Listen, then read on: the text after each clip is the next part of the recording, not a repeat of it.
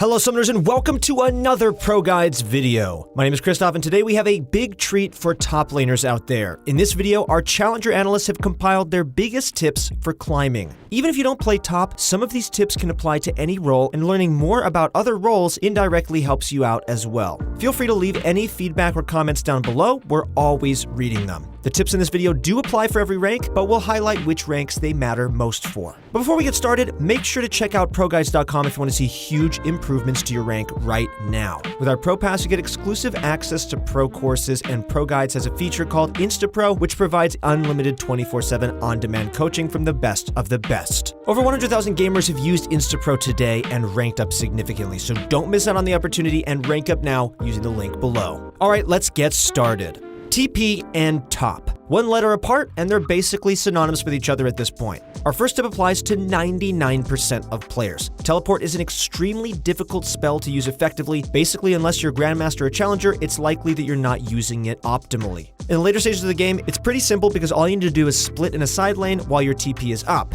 During the early game, however, things can be a little bit more complicated. Our tip is to only use TP in two situations. First one is when your champion thrives off of it. When you're playing Maokai or Ornn, you're not going to be getting a lot out of TPing back into lane to catch 6 minions. What champions like these want to do is create impact somewhere else on the map. They're not strong at killing champions or dominating lane, but what they're great at is making plays and setting up their teammates for success. When playing champions who want to TP to create plays elsewhere on the map, proactively look to do so. If any play looks like it will succeed, then you should go for it. Use your champion's strengths and play around your team's win conditions. The second tip for when to use TP is when you're in a favorable situation to do so. Most champions in the meta right now want to create leads for themselves, dominate lane, and out-pressure their opponents. The thing about TP is it can act as a double-edged sword.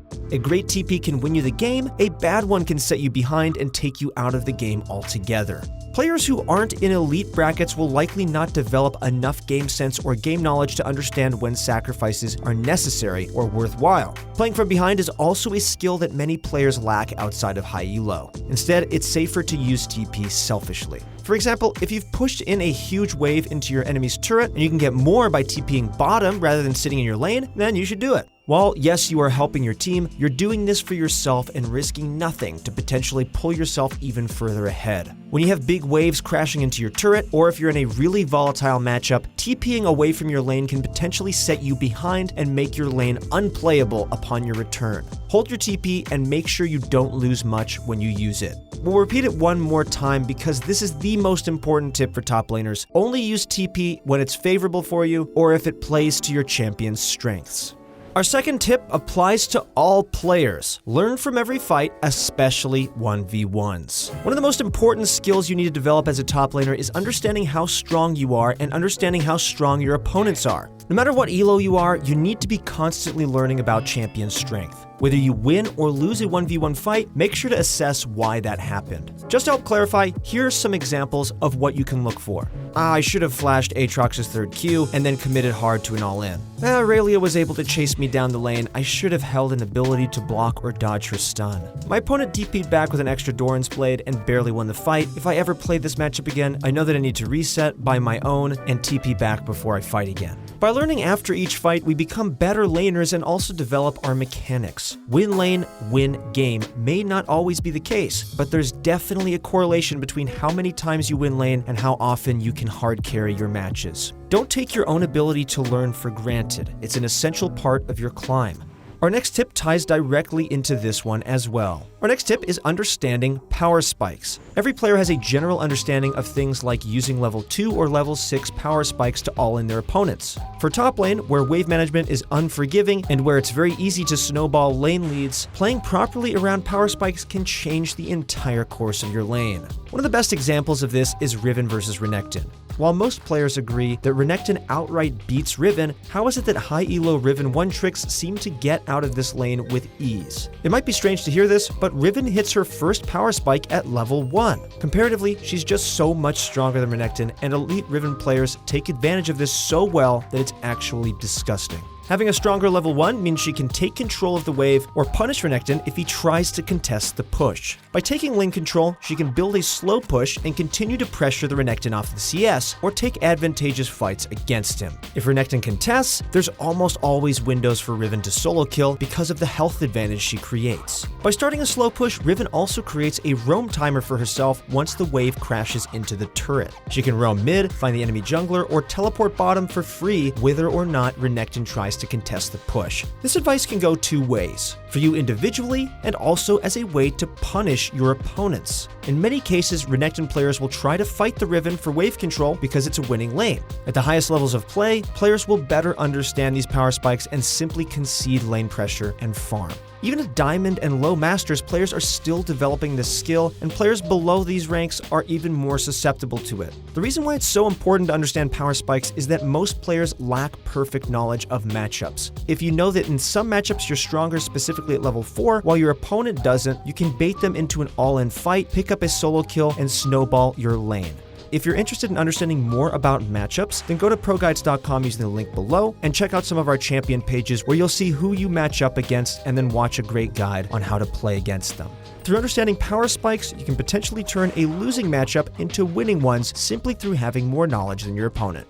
For this next tip, we need to talk about what's meta. This advice is pretty applicable to everyone, but it's most impactful for those in high plat and even higher who are trying to make their push towards masters. Playing champions that are strong for carrying games is simply the easiest approach to winning games. We already know many of you guys are going to refute this with the most common counterargument. There are top laners who main tanks or play champions that seem weak and still find their way into Grandmaster and Challenger. We're definitely not saying it's impossible. It's just easier to play a champion who's meta or good for carrying solo queue.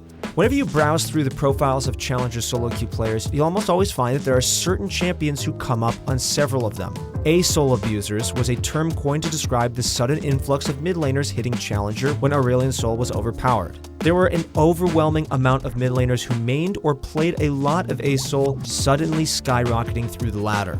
While champion strength played a factor into this, what was just as important was the kind of champion Aurelion Sol was. He thrives off of using his lane priority to impact other lanes and team fighting after building leads. Naturally, these are strengths that are excellent for solo queue because of how disrespectful players are to roams. In the same sense, picking someone who scales, like Kayle or a tank who will struggle to take lane priority, is suboptimal. Currently, champions like Mordekaiser and Aatrox are dominant picks because of their ability to win lane, create solo leads, and then become team-fighting monsters. Bar any future changes to the game, champions who can control lane and who excel in team fighting are almost always going to be the best champions to carry with in solo queue. If you don't like meta champions, or their playstyles don't mesh with you, we're not saying you have to play them. Just know that you are putting yourself at a disadvantage. You can absolutely climb and hit ranks with any champion. It's just going to be a little bit harder. For those of you who are still developing your own playstyle or open to changing it up, definitely consider picking some champions who are strong at carrying solo queue games. We have tier lists and other videos on our channel where our analysts have picked out the champions who are best suited for carrying solo queue games, so check those out if you need some help. And if you guys are interested in mastering any of these champions, then please click the link below where you can play with a coach who can help you with a specific champion or watch any of our guides with some of the pro players on champion-specific videos.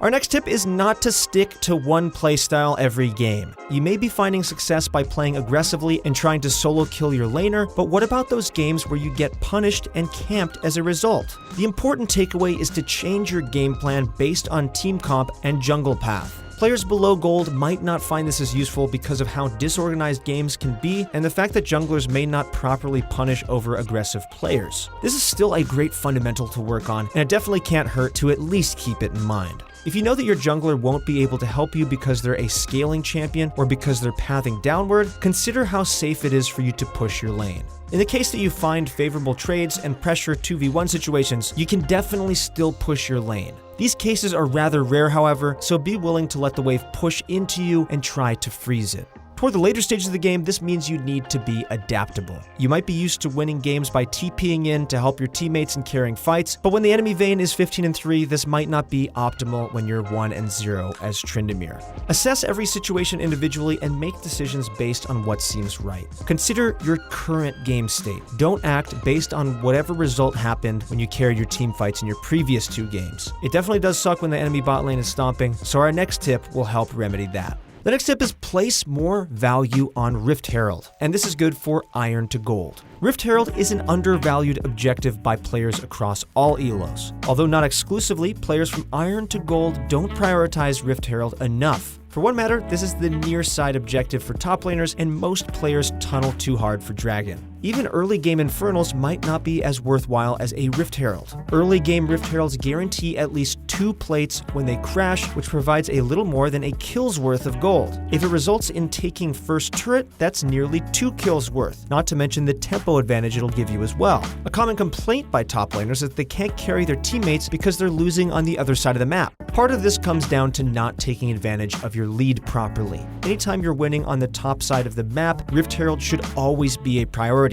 When your other laners are losing, it'll help you start snowballing your own lead and become a threat that the enemy top laner can't stop. If they're winning or even, Rift Herald is a win more objective, which grants you tempo advantages and gives you opportunities to group with your teammates and take advantage of their strengths. One final piece of advice is most applicable to Grandmaster players and higher. Wave management value only continues to rise the higher you climb. This piece of advice will definitely apply to any player, but it's easily the most important thing for Master or Grandmaster players trying to make their push to Challenger. Minion waves have a natural flow to them after the first wave. Once a wave crashes into one turret, it'll usually start a slow push towards the other one. The safest playstyle is to play aggressively when your wave is pushing and conceding priority when it's pushing towards you. Factors like vision control and taking favorable trades prior can change this, but as a general rule, when you don't have vision, this is how you should be playing. Playing with the natural flow of the wave, in this context, means to only last hit. This is for 2 reasons. When your wave is pushing, it allows you to build slow pushes. This gives you advantages in trades, and you can make plays elsewhere after your wave crashes into the turret. When waves are pushing into you, it's difficult and risky to trade. Even if you can find favorable trades, the wave will still be pushing into you. Missing some health, you become a prime target for a dive by the enemy jungle, mid, or both once your opponent crashes their slow pushing wave. Even though this is a simple concept, it's something that can change the outcome of games altogether. Playing properly with your wave and going for the safest but most rewarding options will create opportunities in-game and allow you to be consistent. You'll die a lot less playing like this, and also learn to carry games while even or slightly ahead, instead of having to rely on getting random solo kills to snowball your leads.